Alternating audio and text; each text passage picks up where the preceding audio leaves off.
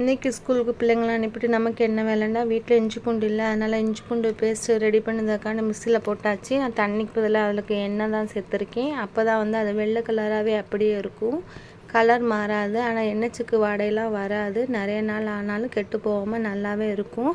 அடுத்த 2வது வேலையாக வந்து மயோனைஸ் ரெடி பண்ணதுக்காண்டி வீட்டிலேயே வந்து முட்டையை உடச்சி ஒரு மிக்சியில் சேர்த்துருக்கேன். அந்த முட்டையில் வந்து நம்ம வந்து கொஞ்சம் வெள்ளைப்பூடு சேர்த்துக்கலாம். அதுக்கப்புறம் ஒரு ஸ்பூன் ஜீனி சேர்த்துக்கலாம். சேர்த்துட்டு அதை ஒரு சுற்றி எடுத்துட்டு பெப்பர் சேர்த்துக்கலாம். நம்ம வந்து பெப்பர் வந்து சாய்ஸ் தான், வேணும்னா சேர்த்துக்கலாம், வேணாட்டி ஒன்றும் பிரச்சனை கிடையாது.